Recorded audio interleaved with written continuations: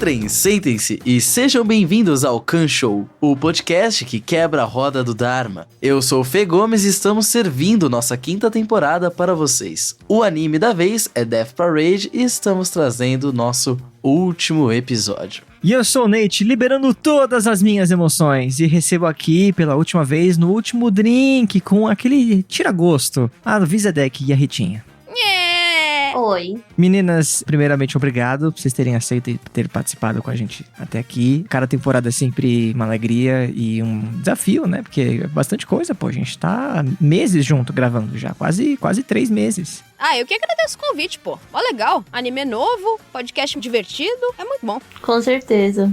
É muito gostoso estar de volta na podosfera depois de tanto tempo de hiatos do outro podcast. Então, eu senti a falta de falar de anime. Então, muito obrigada pelo convite, por considerarem me chamar. E é isso.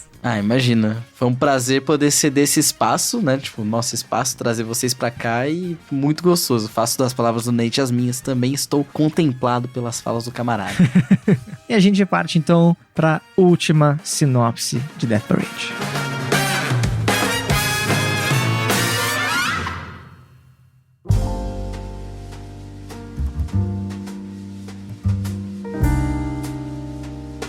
Episódio 11. Atur suicida. Hora do julgamento chegou. Tyuki tem em mãos uma última escolha, que fará as emoções mais cruas surgirem. Este é só o começo da história do Quindekin. Dito isso, meninas, vamos lá. Vizedek, você tem muitas coisas guardadas com você há alguns episódios, já que você se apressou à frente, né?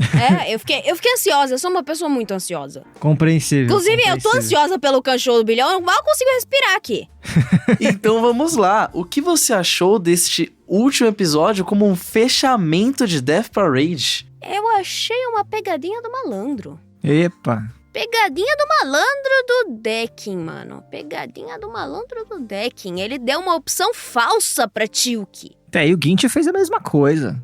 O Ginty fez, mas o Dekin, o Ginty a gente espera isso dele, né? Porque pra ele foda-se as almas de quem ele vai julgar. É verdade. Ele não tem lá muita ética no trabalho, mas o Dekin tem. Né? O anime tava construindo esse espaço dentro dele. Eu me senti enganado também, eu devo confessar. Fui pego. De repente ele fala assim, você vai voltar à vida. Porra, o Dekin não tem esse poder de mudar a realidade do mundo dos vivos, pelo que eu saiba, tem?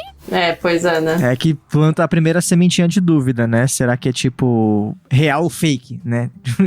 aquele emoji do rato, real ou fake?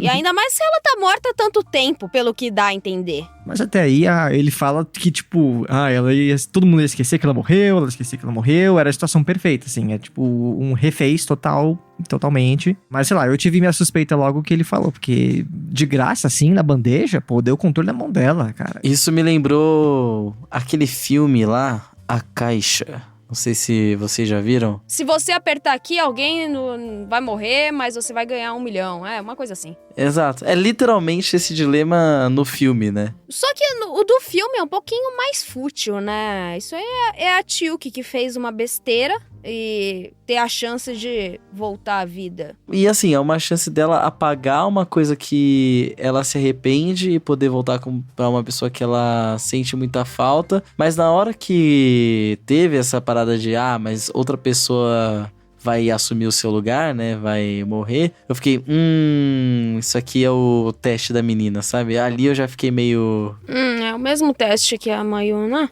É bem parecido, assim. E no final eu gostei muito da resolução da Tyuki, porque apesar de, sei lá, ser a resolução óbvia pra um anime que quer trazer uma discussão meio positiva pra esse lado, não vai querer transformar a Tyuki em uma personagem egoísta no último ponto da história. Não vai fazer ela virar Mary Sue, né? Né? Mas não faz ela perder a humanidade dentro dela, porque, ela pode até tá abrindo mão, só que tá doendo e está doendo muito, sabe? Eles deixam isso muito claro. Ela não tá abrindo mão de nada, porque não havia essa opção. Isso mais era pra julgar o caráter dela. E tem que pensar de um jeito também, que é um pequeno detalhe, uma leve tangente, que assim, se ela decidir voltar à vida dela, apagar as memórias, meio que não vai fazer sentido esse julgamento, porque se o ponto é você joga pro vazio ou joga pra reencarnar, pra que a alma da pessoa evolua e aprenda, e, enfim, apagando as memórias nesse estágio, assim, ela vai ser a mesma coisa que nada, ela não vai ter aprendido nada, né? Ela vai esquecer do aprendizado dela no pós-vida, então... E isso foi algo que eu achei muito crucial, na verdade, porque ela só conseguiu se arrepender do ato no pós-vida. Sim. Do tipo, ela poderia... O que ia acontecer? Provavelmente ela ia voltar na estaca zero e ela ia repetir a mesma coisa. Nada disso que ela não ia voltar pra aquele estágio que ela tava deprimida e tal, sem poder patinar, tal, porque falou que ia voltar em vida, não falou que ela ia estar bem pra patinar, entendeu? Isso me deixou bastante pensativa do quanto aquilo realmente ia... Aquilo não era viável mesmo com ele colocando essa questão em pauta, não era algo viável pra acontecer. Talvez ela nem fosse pra nenhum dos lados, ela ficasse na ilusão pra sempre. Fosse preservada num potinho. Nossa, quarta cena é um globo de neve, né? Eu odeio esse final de coisa. E eu gosto muito que a Tiyuki, por mais que tenha sido um pouco abrupto, porque foi quase que de um episódio pro outro, eu gosto muito que ela aprendeu, mudou totalmente de opinião, daquela opinião super perspectiva negativa que ela tinha, de tentar entender os outros. E foi nesse episódio que ela teve aquele puta flashback de todas as pessoas que ela viu sendo julgadas e que cada um tinha um arrependimento de que não valorizou alguma coisa em vida. Ela tem essa realização com ela mesma e ela entende o que é entender alguma pessoa, que é compreender a dor dela, não necessariamente fazer um julgamento. Então ela percebe que, enquanto o Decken julgava, ela aprendia, ela tinha um aprendizado de empatia, né? E aí é uma coisa que emociona o próprio Decken, né? Que inclusive ele tem aquela cena bonita dele do olho dele tirando aquele selo, né? Como a própria Ritinha falou uns bons episódios atrás, vai que aquele símbolo é um tipo de selo, tá aprendendo alguma coisa. E aí por quê? Por que ele se emocionou no final das contas? Porque Tiyuki fala o seguinte, que ela não pode tomar a vida de outras pessoas porque outras pessoas vão se machucar em volta, sabe? Não é só, é injusto eu trocar eu por eu mesma e por outra pessoa, assim. Ela pensou nas consequências no coletivo, no entorno da pessoa que seria afetada. Ainda mais porque o caso dela foi uma escolha dela, né? Pois é, ela estaria fazendo uma coisa forçada, exatamente. Mas esse pensamento eu achei muito incrível, que traz muito da sociedade japonesa em si, né? De pensar no coletivo acima do indivíduo também. É verdade. Que eles são assim, eles são pessoas, o que acaba sendo algo bom em partes para a sociedade, mas tem seus pontos negativos também, né? Mas eu acho muito legal você trazer essa empatia no sentido de você se preocupar com o outro a ponto de você não querer destruir a vida do outro para conseguir as suas coisas. É bem importante. Devia ter mais aqui no Ocidente. Agora, você levantou uma questão, que era a parada que a Vi disse de ser um selo, mas depois essa cruz voltou, né? Nos olhos do Decken, mais pro final. E aí, vocês acham que é uma parada mais que, beleza, tá no desenho e é só um detalhe, ou tem algum motivo pra ter voltado? Não, eu acho que tem mais a ver com a ilusão que quebrou e aí ele perdeu a referência, perdeu tudo, né? Naquele momento ele perdeu o status de julgador, perdeu o poder, perdeu tudo. Eu até achei que ele não ia voltar a ter, que ele ia ser descartado. Alguém deve ter dado um backup nele, porque ele depois ele volta, e até porque a Nona tá topando, tá ajudando na parada, né? Ela tá também ali de conluio. Então imagino que ela deve ter dado um reset no Decken e tudo de volta nos conformes, com essa pequena leve alteração de que agora ele sabe sorrir. Porque ele viu a Tiyuki sorrindo em todos os episódios. Mas é que tá, eu acho que não tem um reset. Porque se tivesse, ele não ia ter conseguido sorrir. Talvez ele tenha conseguido se emocionar. No sentido de, tipo, quando ele quebra o selo, ele chora. Então, isso é algo que, tipo, não é esperado, não era possível para um juiz. Mas... Então eu acho que aquele selo pode ser pra emoções fortes, pra algo que, tipo, pra conter algo muito... Acho que talvez pra corroborar com a nova e quarta regra, que as juízes não podem trabalhar lado a lado com a vida, pois arruína o juiz. Se ele chega nesse estágio de muita emoção, ele se torna incapaz de julgar. É porque isso me lembra um pouco até as questões de psicólogos, psiquiatras, de que... Pelo menos é uma coisa que a minha psiquiatra sempre deixou claro. Que eu sempre, no começo, sempre falava pra ela, tipo, poxa, eu queria muito ter você, tipo, fora da terapia, como uma pessoa, tipo, próxima de mim. E ela falava que no momento que se eu tivesse ela fora da terapia, ela não poderia mais ser minha psiquiatra. Terapeuta, sim. Pode crer. Não podia ser mais a minha terapeuta, porque o que acontece? É o básico, né? Então assim, geralmente se você tá passando com uma terapeuta, a sua mãe, seu irmão, não pode passar com ela também, porque senão fica essa visão enraizada. Então eu acho que é essa questão do juiz, tipo, você não pode trabalhar com humanos porque você tem que ter um certo distanciamento deles e das coisas deles, porque tem coisas que são pessoais deles, que muitas vezes até no começo da minha terapia eu lembro que eu falava muito, tipo, mas e se eu tô te dando uma imagem muito enraizada? Tipo, eu tô defendendo pro meu lado. Eu sempre me preocupei muito isso na hora de contar histórias no geral, porque eu não quero às vezes, tipo, puxar a sardinha pro meu lado, porque eu quero entender se eu realmente fiz alguma coisa de errado, sabe? E no fim é isso. Eu acho que essa quarta regra entra nesse sentido. E não do... Eu achei legal que me entrou nesse sentido e não no sentido de, tipo, ter emoções humanas são algo ruim. Uhum. Mas é que cria uma certa parcialidade a um certo ponto, né? Sempre haverá uma linha, né? Porque a Nona tem uma coisa curiosa que ela fala, que humanos não podem se julgar, mas ela dá a ideia de entender de que ninguém mais também vai poder fazer isso, entendeu? Então a gente vai usar os juízes, que tem uma compreensão das emoções, mas até um certo ponto, até que não fique muito pessoal, mas só pra gerar aquela empatia básica pra compreender a situação, mas não do tipo sair pra beber com a pessoa, enfim, né? Mas assim, até depois que acaba o anime, ele deixa a Chuki Fantoche lá pra ele, tipo, fazer o melhor julgamento dele, né? Isso que eu acho muito curioso, que assim, beleza, embora ele precise manter um certo distanciamento, ele viu que o julgamento dele melhorou muito com ela do lado. Então, talvez seja procurar um equilíbrio entre, assim, nem ser psicopata, nem ser, sabe, tipo, full emocional, assim. Uma droga, uma fruta, sabe? Um pouco de salada, um pouco de droga. Exato.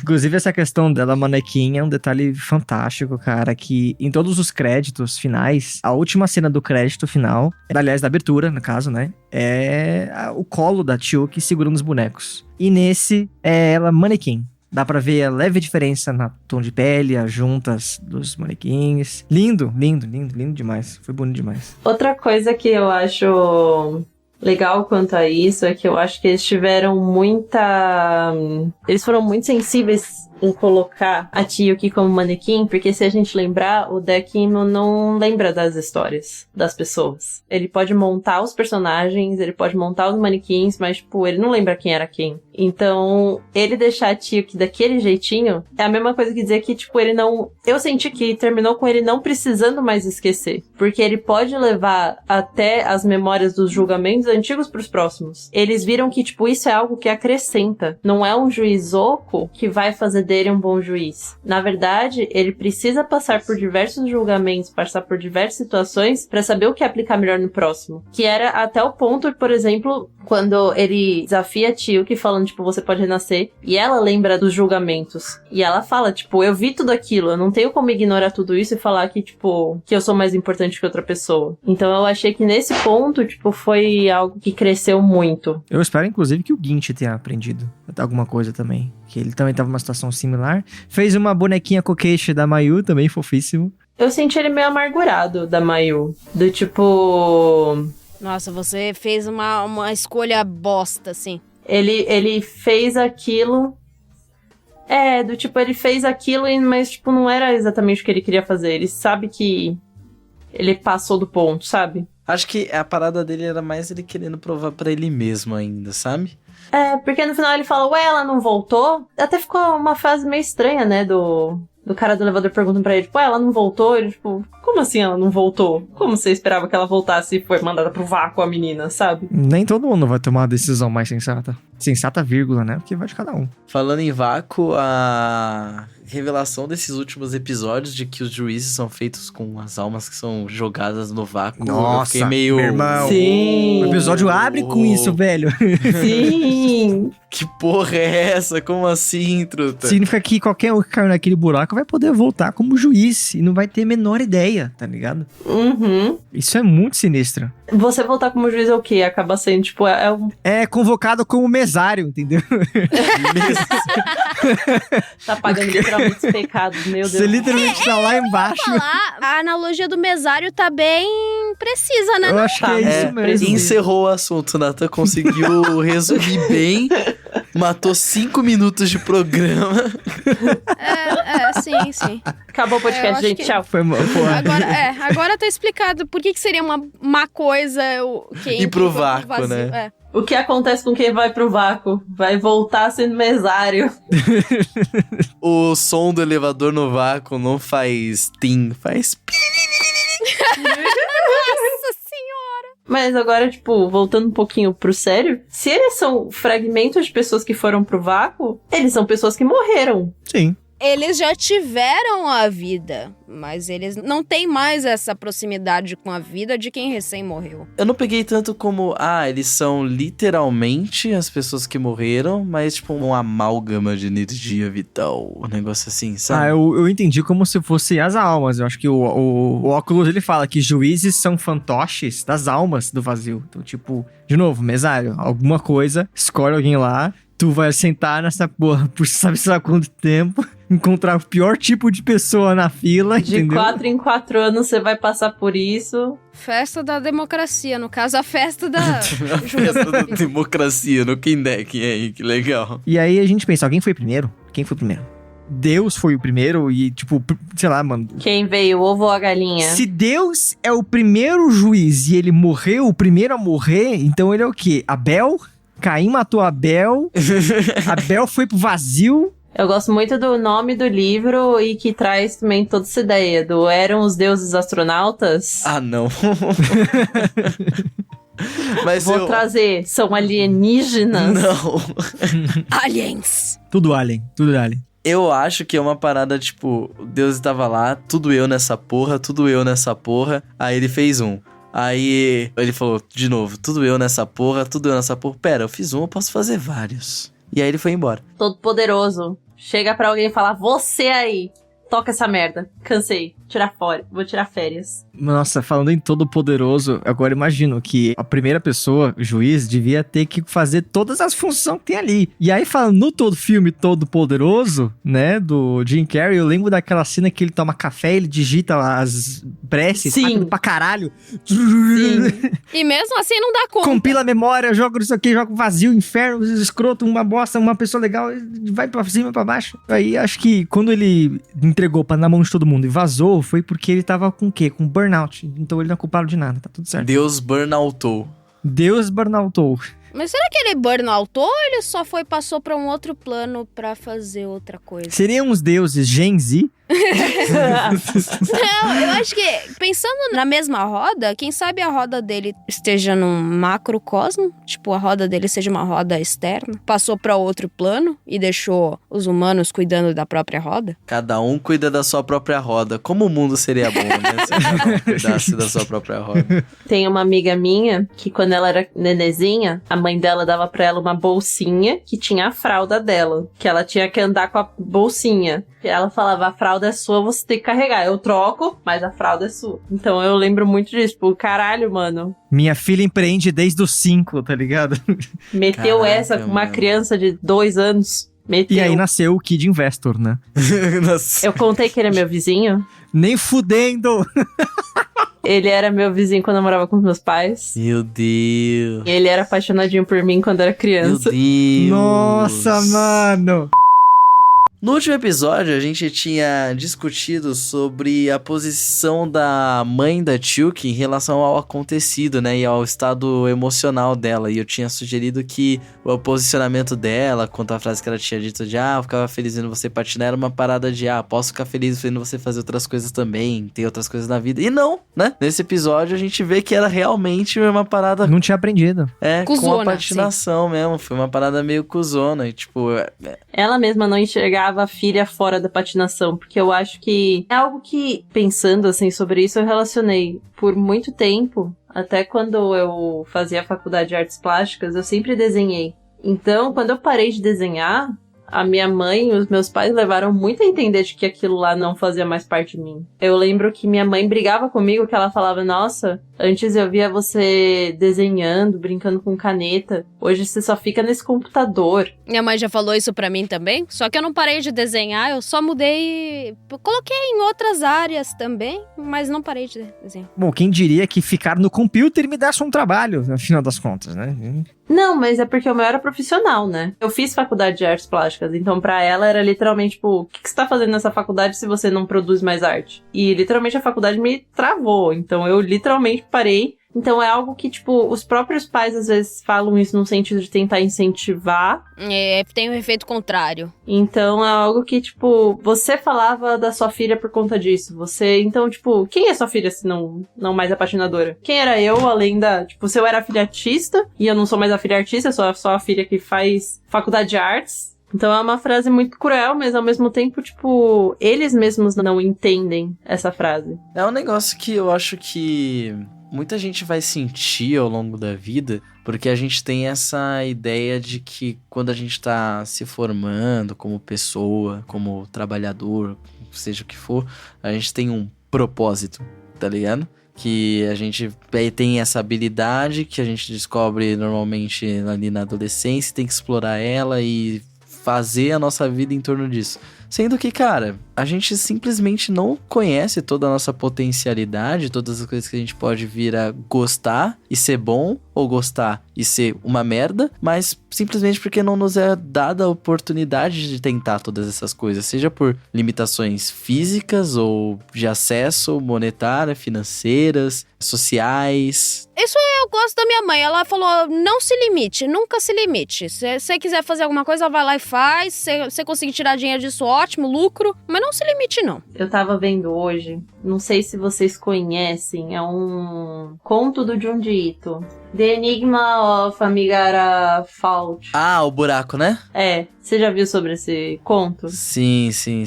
Mas conte, porque pode ter ouvintes que não conhecem. Então, esse conto é sobre um enigma que, resumindo, o conto de terror tem buracos na parede, são descobertos buracos na parede, e tem um buraco que ele é feito para cada pessoa específica, e só você cabe nela. E se você entra, ninguém sabe pra onde vai esse buraco, o que acontece com esse buraco, mas, tipo, se você entrar, você não consegue sair, e é só você cabe naquele formato, e as pessoas entram e não se sabe. E eu tava vendo um vídeo, na verdade, falando sobre esse conto, do quanto a gente cresce com a pergunta, né? O que você vai ser quando crescer? E do tipo, você ser uma coisa, o quanto isso te limita. Porque não quer dizer que, tipo, esse buraco é literalmente a uma coisa. A uma coisa que você vai se limitar a ser. E conforme você vai nesse buraco, tipo, ao longo... Já vou dar spoiler, infelizmente, se vocês vão ler esse texto, se vocês vão ler, ainda vale muito a pena ler. Tipo, que no fundo, o corpo é inteiro deformado, que não é mais reconhecível. Porque você despersonificou, você não é mais a pessoa que você era antes e você foi seguindo esse caminho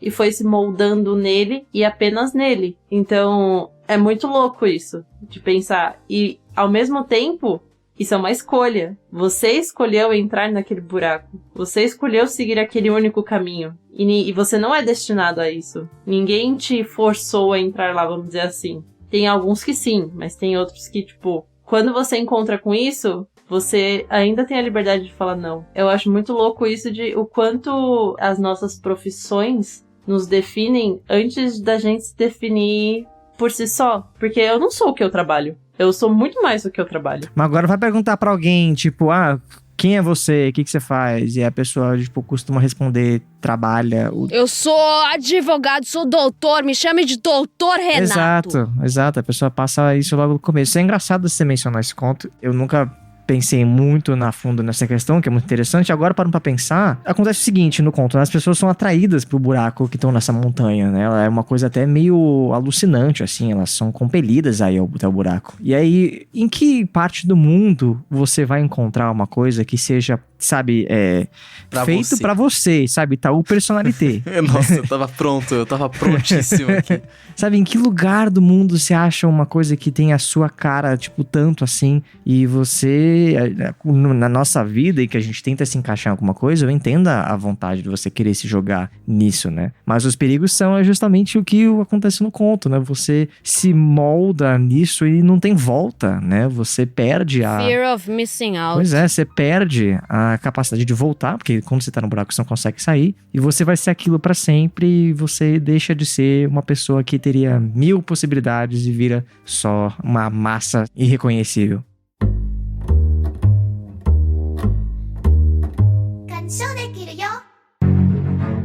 Quer se divertir num programa no melhor estilo game show japonês? Então vem para o Desafio! Teste os seus conhecimentos sobre anime ou tokusatsu no Super Quiz Mix. Veja se você tem o ouvido apurado no nosso desafio musical maluco. NANI?!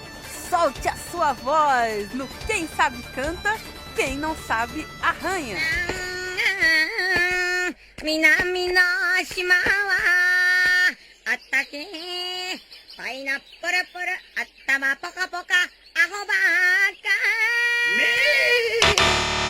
Venham relembrar aquela cena marcante de um anime ou tokusatsu no qual quem como. Nós estamos em todas as plataformas de podcast. É só digitar J Safio. Vem se divertir com a gente no Desafio!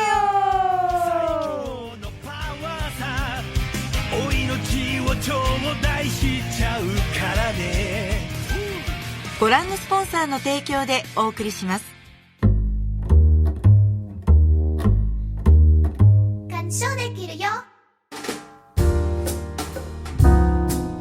Eu gostei também de um pequeno detalhe, meramente anedótico, em que o Decken vira e fala pra tio que, já faz 3 meses desde que você morreu. 3 meses foi o quê? Tempo dessa temporada, que é o tempo do que o anime saiu. Então eles mantiveram constante, bonitinho. Certinha, cronologia né? certinho. E aí, vamos lá, uma coisa que eu sei que tava matutando na cabeça da vida desde que ela viu os episódios antecipadamente. Você queria uma segunda temporada. Eu vou dizer aqui que eu estou satisfeito com este final agridoce. Não! Eu diria. Eu me dou por satisfeito. Mas então pergunto pra você, o que você quer? Eu sou uma pessoa criativa e isso me fudeu a vida inteira.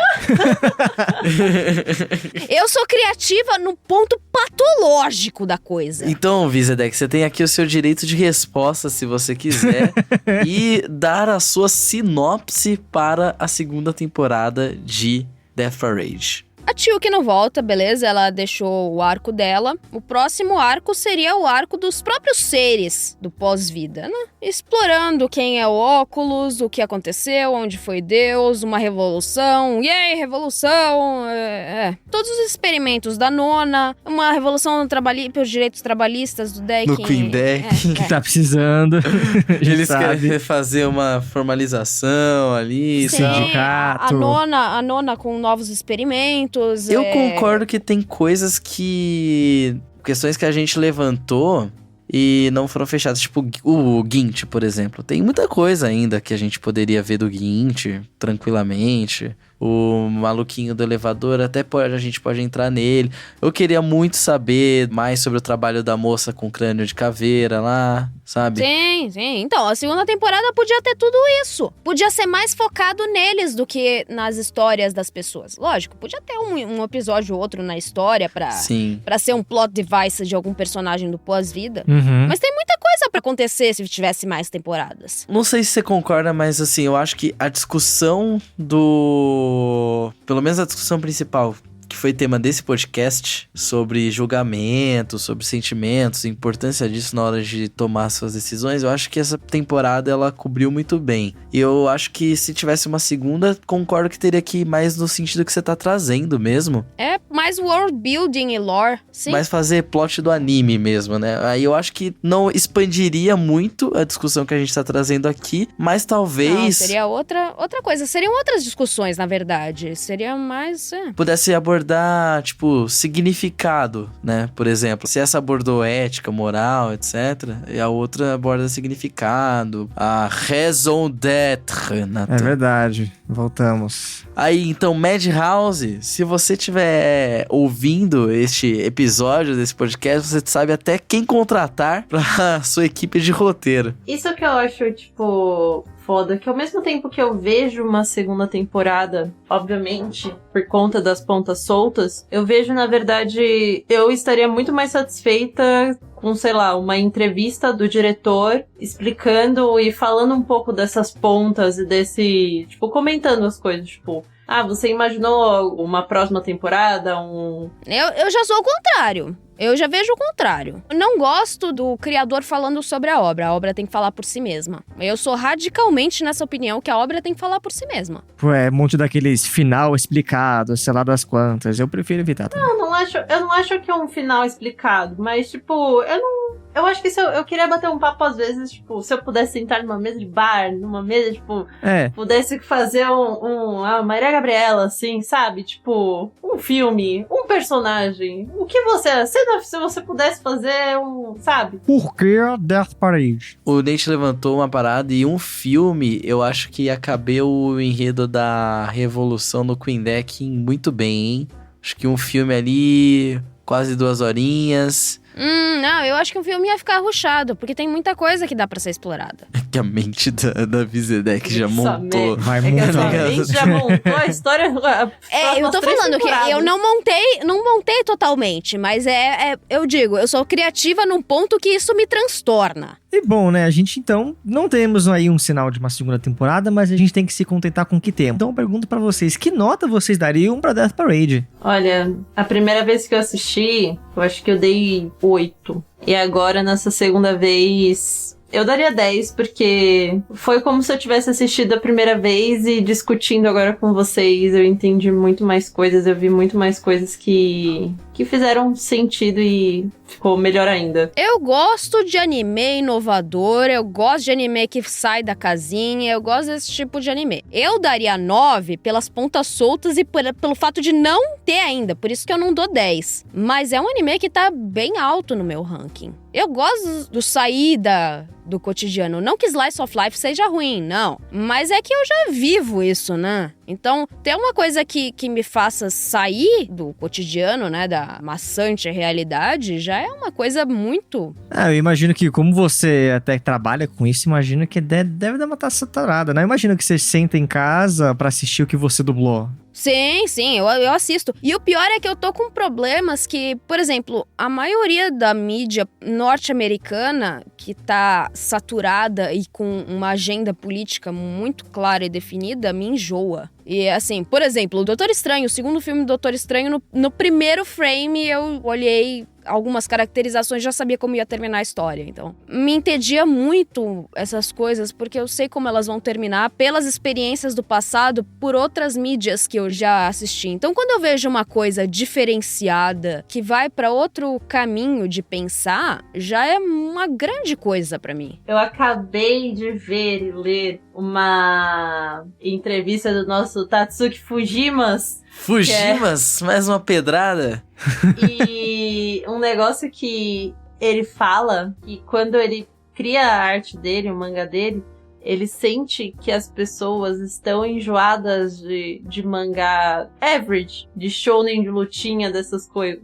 Exatamente, porque isso já foi feito ad infinitum. Todo moleque de 13 anos já pensou no mangá de lutinha. Por isso que, além de Chainsaw Man, todas as produções dele, ele tenta fugir dessa imagem, desse óbvio. É o mais legal das obras do nosso querido mestre Fujimas. É exatamente isso. Você não sabe o que esperar do próximo capítulo. Você fica tipo, caralho, é agora, sabe? E ele ainda, mesmo assim, com essa loucura, consegue meter umas filosofias no meio. Não é só apertar Mesmo peito. assim, eu vejo muita questão dos anime hypados de hoje em dia, que são paralelos de outras obras que a gente já teve, que foi a exaustão. Por exemplo, Promised Neverland. Todo o primeiro arco é Fuga das Galinhas. Exato!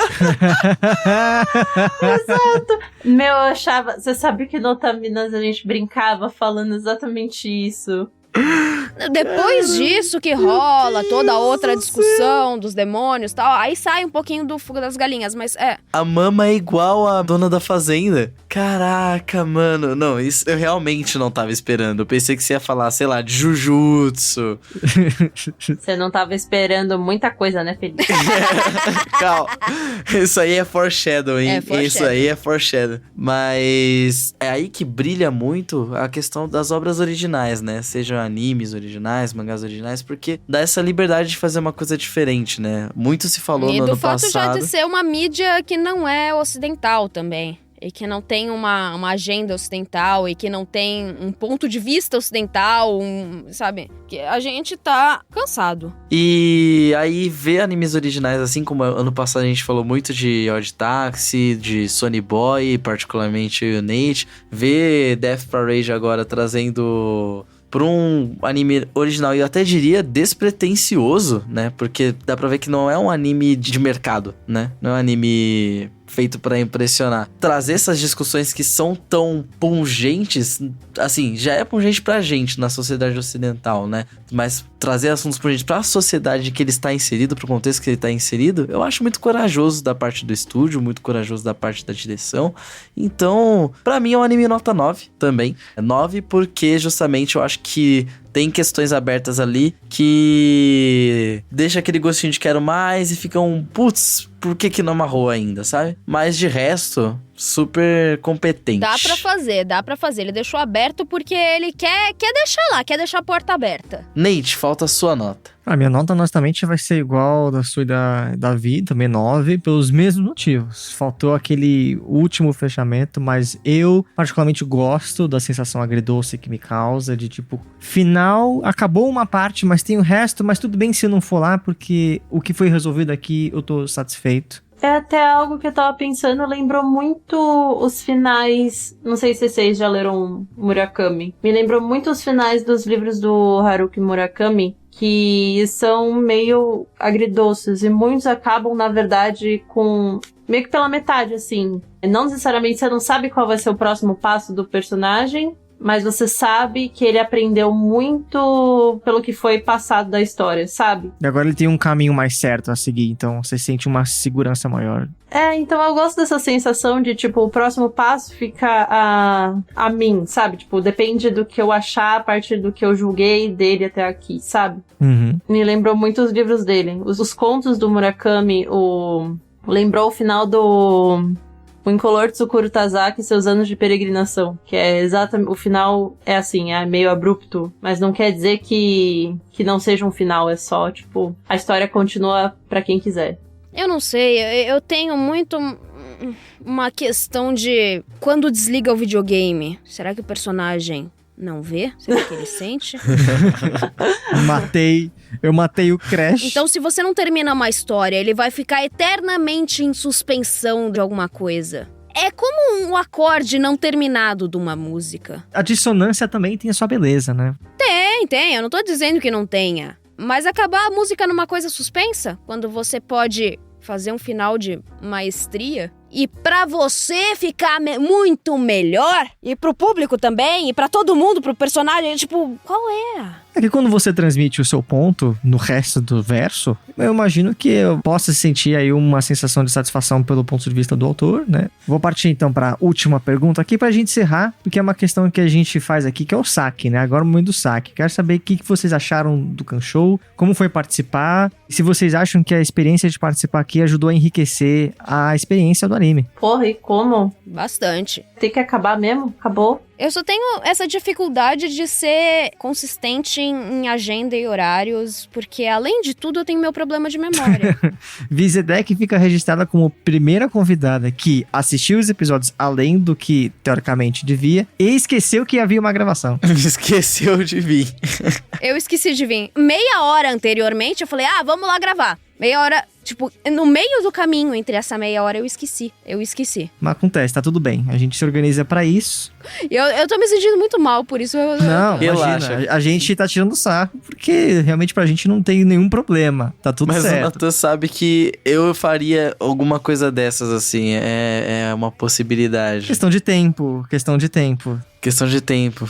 Mas, bom, é bom saber que vocês se sentem um pouco mais realizadas, porque o ponto secreto do Kanshou, que as pessoas descobrem no final, que é essa sensação de, pô, valeu a pena ter discutido mais pra entender melhor. E é uma missão aqui que a gente se sente super satisfeito cada temporada que passa. Porque, independente do anime, assim, tem coisas que alguma pessoa pontuou que me ajudou a pensar em alguma coisa, a gente bolou teoria junto, a gente conseguiu ter vários pontos de vista sobre um mesmo assunto e faz a gente ir atrás e tudo mais e querer ter uma conversa bem rica, que geralmente é uma coisa que pouca gente faz, ou vejo menos gente fazendo do que eu gostaria, que é sentar e ver tudo com tranquilidade, porque, né, a gente vê um anime no espaço de meses. Quem que faz isso, sabe? Tipo, não digo no podcast, fazendo mídia social, mas tipo, na sua vida mesmo, sabe? Na quantidade de coisa que vai saindo, assim. Sim, pegar e destrinchar uma obra, né? Olhar ela, ter um carinho pra olhar. Pra mim é um negócio até meio nostálgico, né? Da época que a gente via a coisa na TV,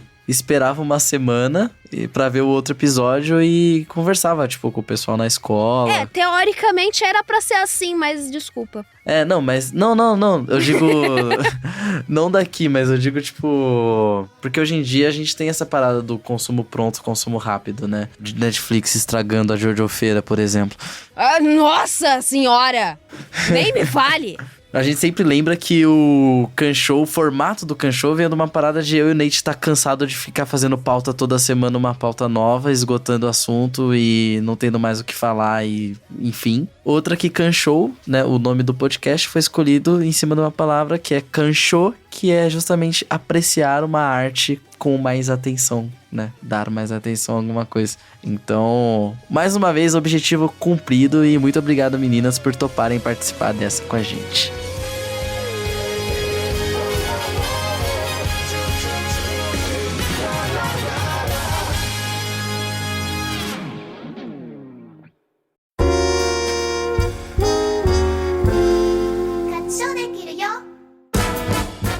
Senhoras e senhores, sejam bem-vindos ao Quinto Sogos. Na edição de hoje do programa, Nate e eu temos o prazer de apresentar a última e derradeira forma do nosso julgamento. Este é o Kanshou do Bilhão, do Pesadelo Imortal Azteca Budista.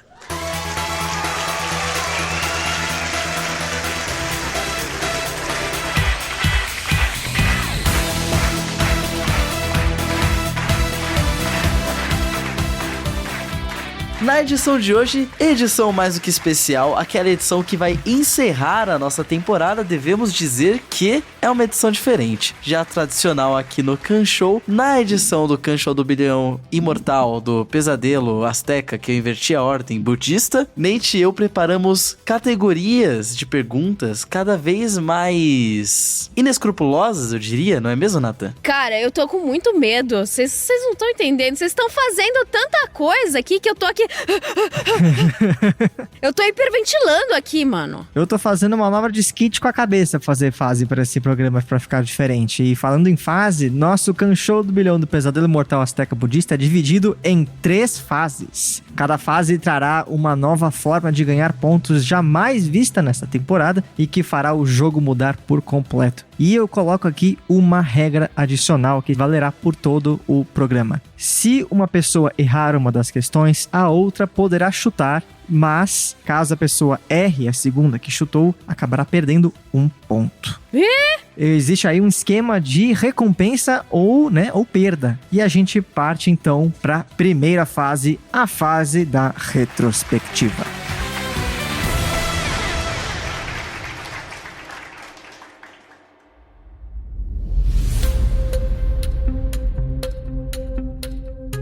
Fase número 1, a fase da retrospectiva.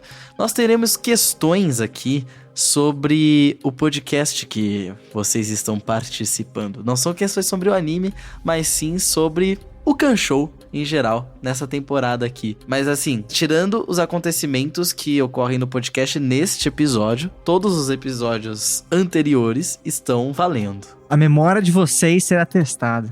Cada questão vale 2 pontos, mas aqui é promoção, na minha mão é 2 por 5. Ou seja, acertou 2, leva 5 pontos. Exatamente. Então a gente tem aqui 4 questões selecionadas para vocês. E a gente começa com quem tá em desvantagem. Ritinha, você pode escolher qualquer uma das questões entre 1 a 4. 3. Questão 3 diz o seguinte: em qual episódio finalmente aconteceu o desempate do Canchou do Bilhão? Vamos lá. Letra A, episódio 6. Letra B, episódio 4. Letra C, episódio 7. Ou letra D, episódio 5? Tem 4 opções. A gente tá no episódio 11, certo? Uhum. Eu acho que faz pouco tempo, mas foi lá pela metade, então acho que 6. Ah, não foi episódio 6. Vizedek, você gostaria de chutar e arriscar? Ou tá de boa por enquanto? No 5? Certíssima resposta, o episódio 5, o episódio em que você retornou depois do episódio 4. Você agora ganhou 2 pontinhos, os primeiros 2 pontos da noite, olha só. Caraca, isso é muito tenso! Vamos lá. Não gostei, cancela. Impossível, tá no contrato. Vamos lá, Vizedek, é sua vez aí de escolher uma pergunta. Você pode escolher número 1, 2 ou 4. Eu vou de 4. Ah, Toda vez. Toda vez. temporada. Vamos lá. Questão número 4. Em qual episódio Vizedek nos conta que seu avô veio para o Brasil e possivelmente matou uma pessoa? A gente coloca o possivelmente por motivos legais, tá? Sim. Alternativa: A, episódio 3, B, episódio 4, C, episódio 2 ou D, episódio 7? Caraca, quando foi que eu contei isso? Essa é a pergunta. Exatamente. Vai no 3, né? Eu acho que foi no 3. Episódio Puta 3, que pariu. correto! Acertou!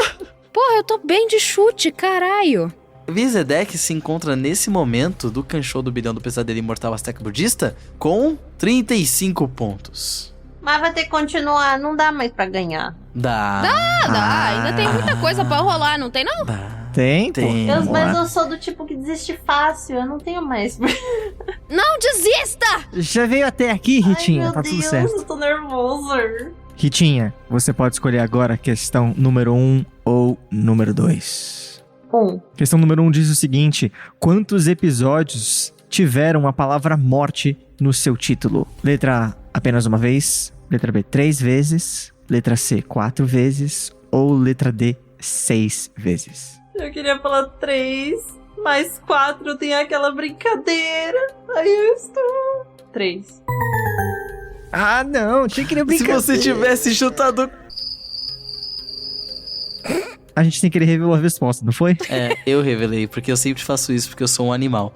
Então eu não vou chutar porque revelou a resposta, não sou dessa.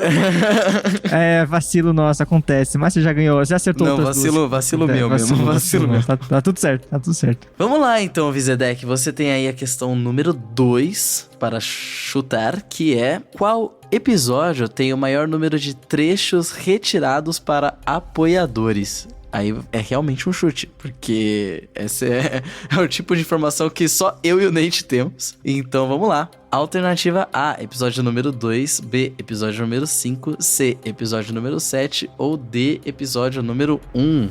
Bom, eu gosto do número 7, mas o número 1 foi o maior que a gente fez até agora, não foi não? Uhum. Sim. Então eu vou chutar número 1. Infelizmente não está correta a resposta, Ritinha. É a sua chance, você vai chutar? Pra perder ponto. Vi, escolhe aí. Chuta aí. Eu deixo você chutar pra mim. Eu posso perder ponto. Não, mas pera, é pra você Não, chutar. não. Não pode delegar. Ela chuta direito. Pode chutar aí. Se perder ponto, tudo bem. Dá um número. Se eu não fosse pegar 1, eu ia pegar o 7, né? Então eu vou pegar o 7. Você devia ter chutado por você mesma, né? Porque também não é o 7, é o episódio número 5. Eu não ia chutar o 5. Também eu ia falar 2. Terminamos aí a primeira fase do Canchou do Bilhão do Pesadelo Imortal Azteca Budista, com 35 pontos para Vizedek e 22 pontos para Ritinha. Ritinha, muda esse número, por favor. Né? Socorro. E com isso a gente encerra essa fase e a gente vai pra próxima.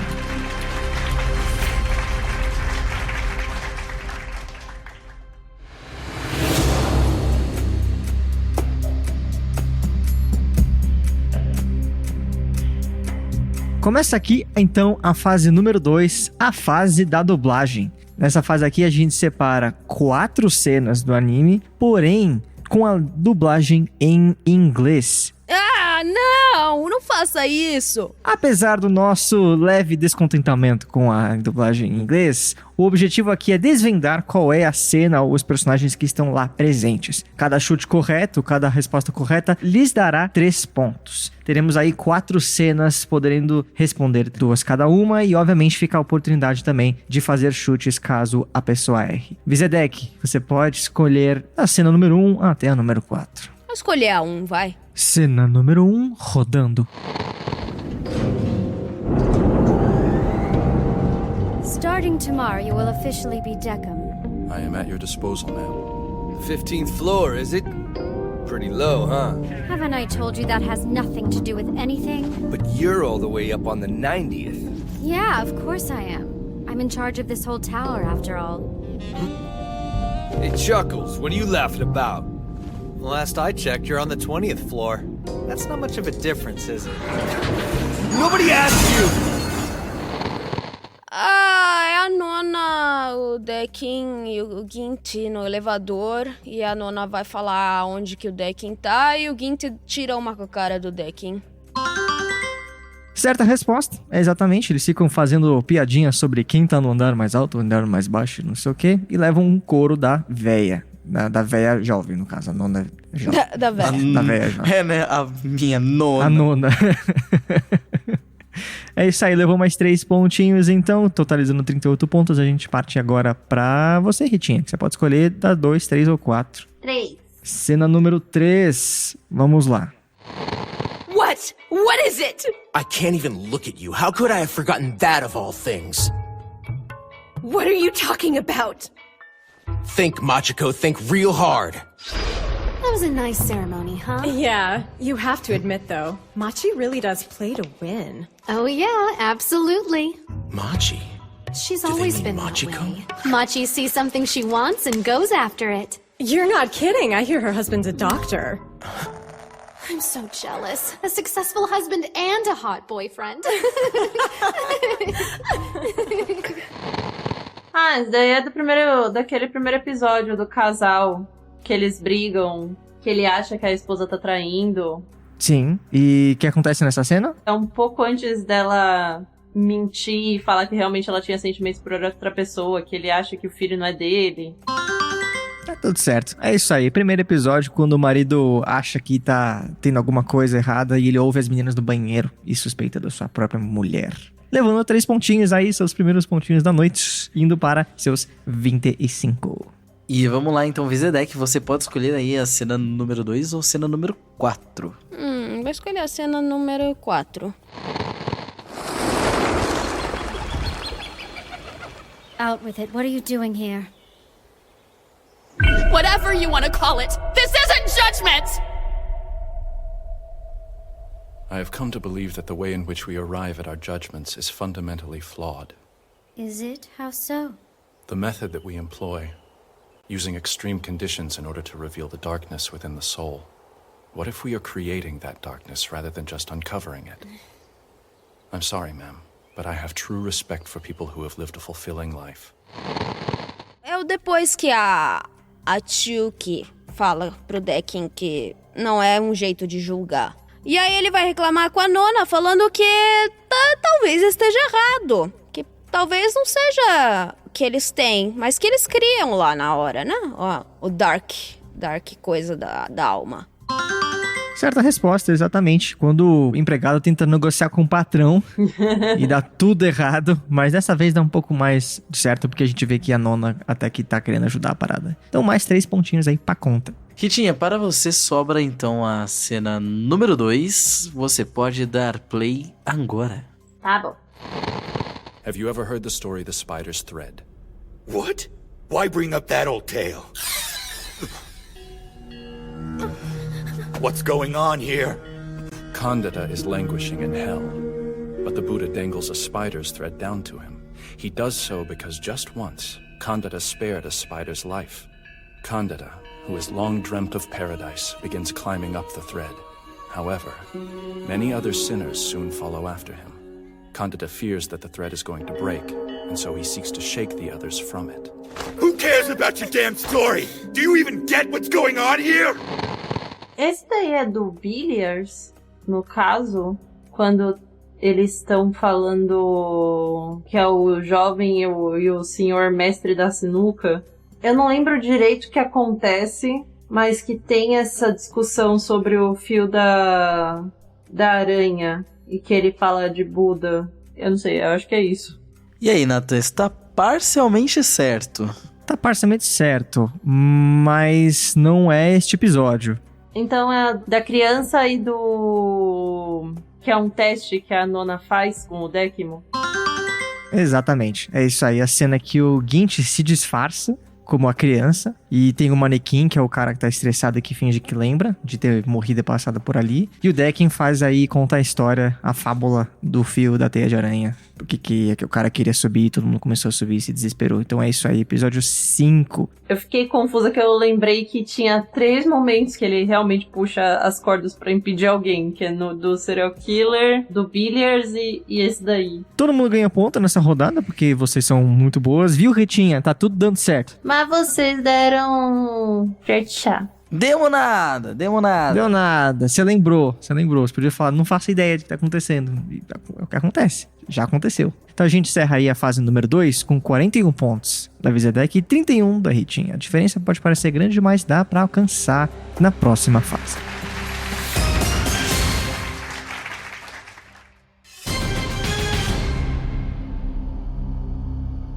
Tudo é possível, pois está chegando a fase 3 do Kanshou, que é a fase de criptografia. Cada charada nessa fase corresponde a um personagem ou um elemento do anime. Valem os pontos de acordo com a dificuldade.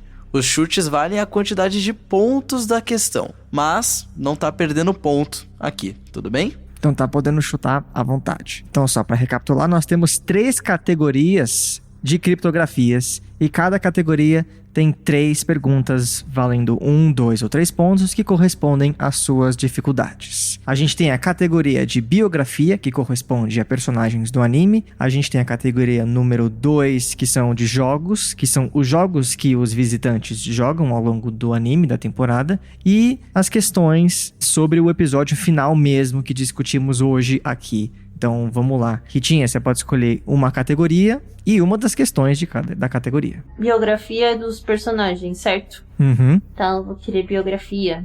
1, 2 ou 3? 1, pra começar. Biografia 1 diz o seguinte: meu julgamento é especial e minhas memórias são o maior mistério. Que personagem é esse? Isso vale um ponto. Eu não sei. Tem nem opção. Tem opção não, aqui é freestyle. É o Ginch? Não, e a gente passa aí a oportunidade de chute pra Vizedec, se quiser. Chiuki.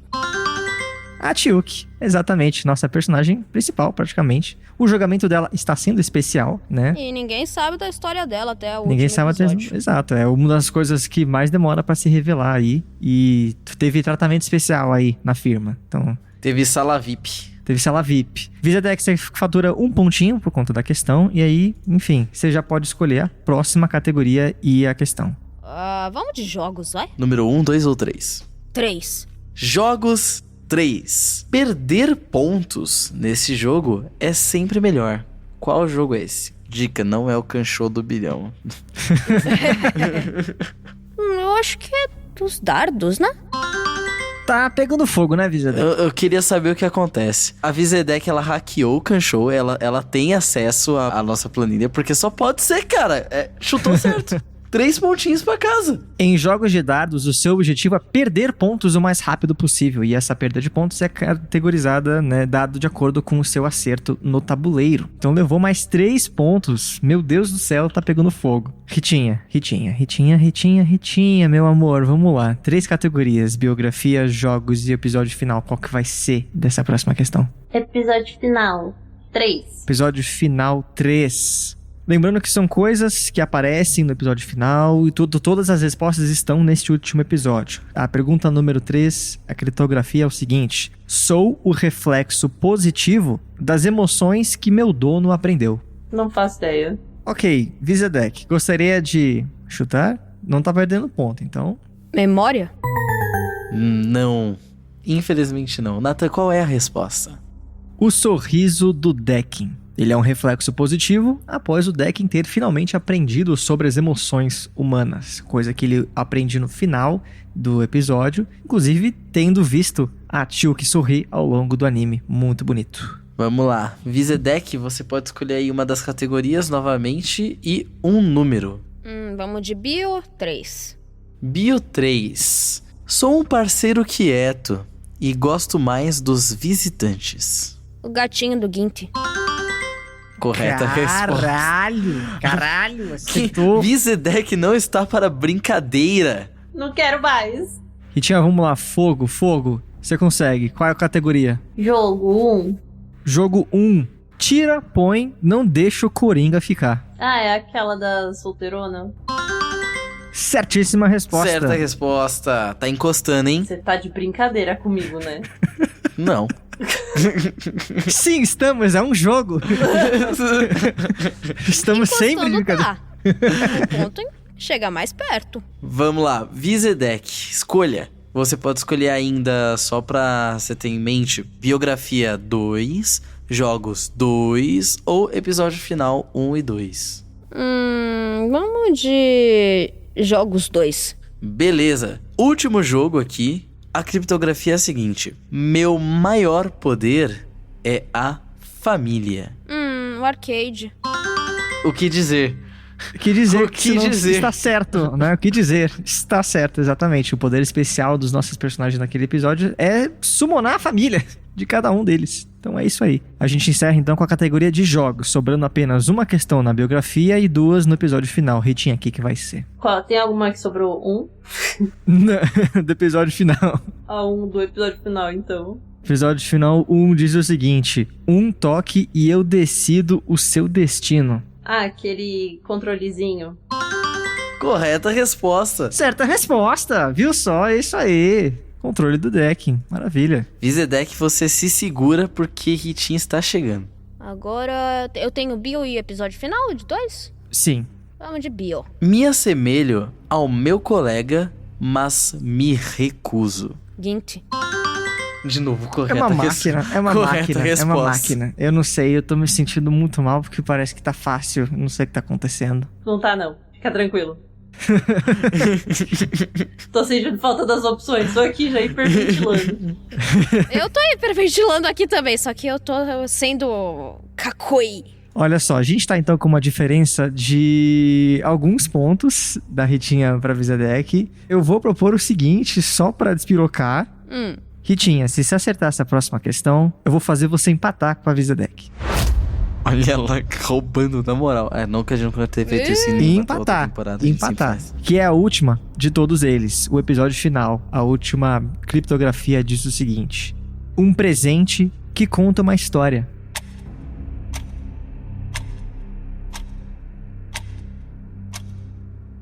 São os bonequinhos? Certa resposta, Ritinha! Nossa, ele duvidou da minha prova, você viu?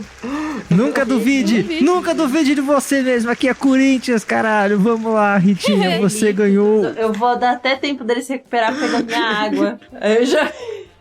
Você ganhou pontos o suficiente pra se equiparar a Vizedek. Então a gente fica aí então com 52-52. Naturalmente, quase né? 51. Naturalmente. Quase uma boa ideia. Quase uma boa ideia. Foi uma ótima ideia. Passamos aí desse grau. Que eu vou encher a água. Já vem. Ei, tá bom. Tá, Nathan, agora a gente tem que bolar uma pergunta, Nathan. Tem pra desempatar? Último desempate? Não, a gente fica empatado e é isso aí. E aí acabou. As duas ganham. Mamata demais. Aqui ninguém perde. Isso aí. É isso aí, então a gente acaba com um empate técnico, significa que estamos acabando o Kanshou do Bilhão do Pesadelo Imortal Azteca Budista com 52-52. E vocês, meninas, estão livres para partir para a reencarnação, porque ambas empataram, ambas são ganhadoras. As almas foram elevadas à mesma categoria. Yeah! Uma salva de palmas para nossas convidadas. Vocês mandaram muito bem. Não Incrível ter vocês aqui. Essa ainda. Nossa, não achei que ela ia acertar. Ele que vai pro vazio depois, relaxa. Ele que duvidou, vai. esperou o mal das pessoas. É isso aí, meninas. Meus parabéns. Como que foi participar dessa temporada do Kanshou do Bilhão? Como foi, né? Do Pesadelo Imortal, você acabou de... Sim. Eu tava hiperventilando aqui, eu tava muito nervosa. Tô até sem ar. Eu não tava esperando por essa. Eu tô até, tipo, sabe quando você fica... Você ganhou o prêmio, você... Ok. Literalmente a cena do Tira parabéns. Foto com o prêmio. Parabéns. Aqui ninguém perde. Meninas, é isso aí. Espero que vocês tenham gostado dessa competição boba que a gente faz por aqui. Que não tem prêmio, infelizmente. Eu adoraria dar um prêmio. Mas pra nós, o prêmio é a participação de vocês que toparam participar com a gente aqui nessa temporada. Então, é isso aí. Vão renascer, vão viver mais. Adeus. Tchau.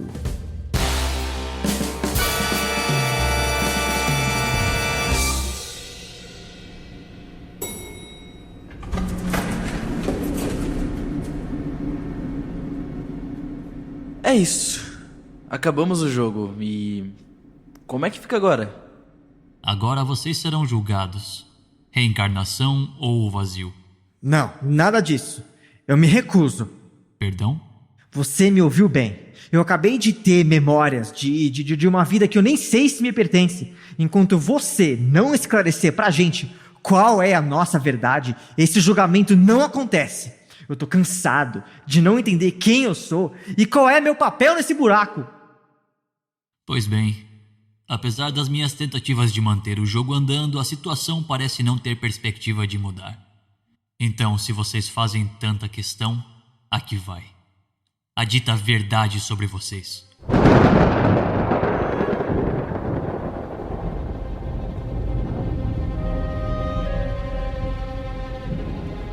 Toda a matéria criada pelas mãos divinas, seja que está dentro de estrelas ou na grama do seu quintal, foi feita com um propósito.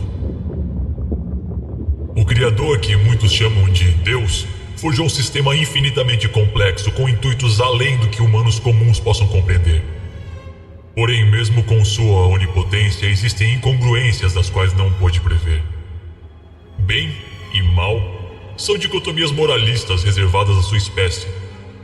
Então seria paradoxal a existência de um mal onde a onipotência do Criador poderia simplesmente anulá-la. Para controlar esses males, ele decidiu colocar peões em seu tabuleiro cósmico. Ou seja, vocês.